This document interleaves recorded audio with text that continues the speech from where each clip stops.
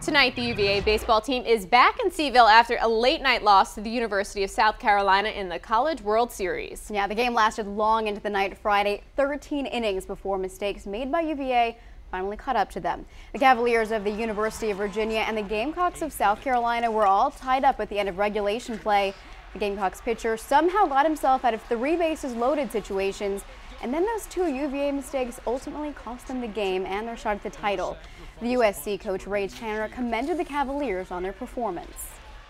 He had a great start for us and put us in a great position. We misplayed a couple of balls, gave them a chance to tie it up, and then it was off and running for free baseball. And so many things happened. They had their opportunities. We had our opportunities. We escaped a couple of jams. They got out of a couple. They have a great club, Coach O'Connor and his staff, tremendous players, and we knew it was going to be like this.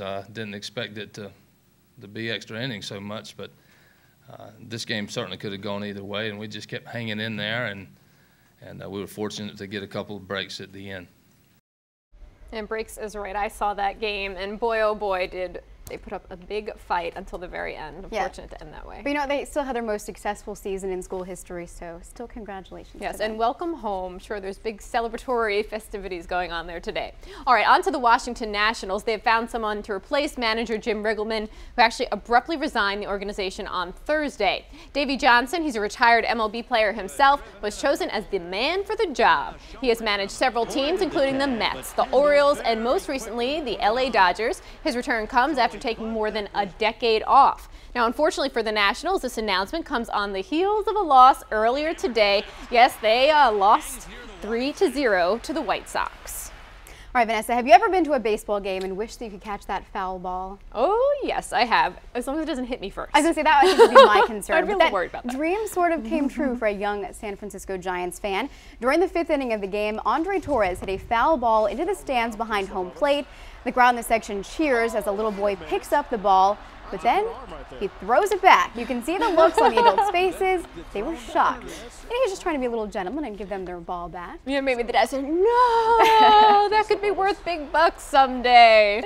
Oh, that poor little boy. Maybe we didn't see that the players returned the ball to him Hopefully eventually. they did. Hopefully they did. All right, now to New England, where the 6th day of Wimbledon has taken place. Rafael Nadal, reigning men's champion from last year, pulled out a win even with a possible injury to his knee occurring during his last match.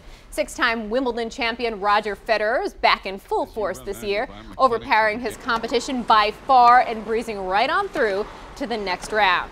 And 4-time Wimbledon champion Serena Williams looked more like herself during her match earlier. She posted her first straight set victory in 5 matches since she returned from taking time off due to health issues. She is trying hard to win her 3rd title in a row this year, and good luck to her. Yep.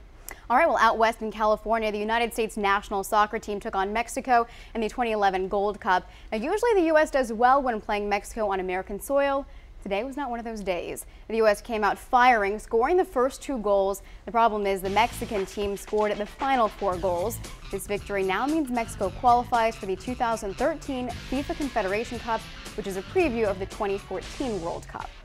All right, to Magny-Cours, France, where the first semifinal round of the 2011 French Road Racing Cup for amateur riders was going on. Now, this is video we showed you during the tease. One rider loses control of his bike and crashes into another's.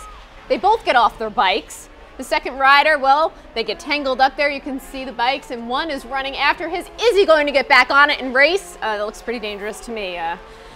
I know, eventually they came apart by themselves, but I wouldn't get entangled in that. I'm just amazed at how quickly they were able to bounce back up to try to go chase after the motorcycles. Yeah, thankfully nobody was hurt. Yes, very good. All right, we'll be right back, guys.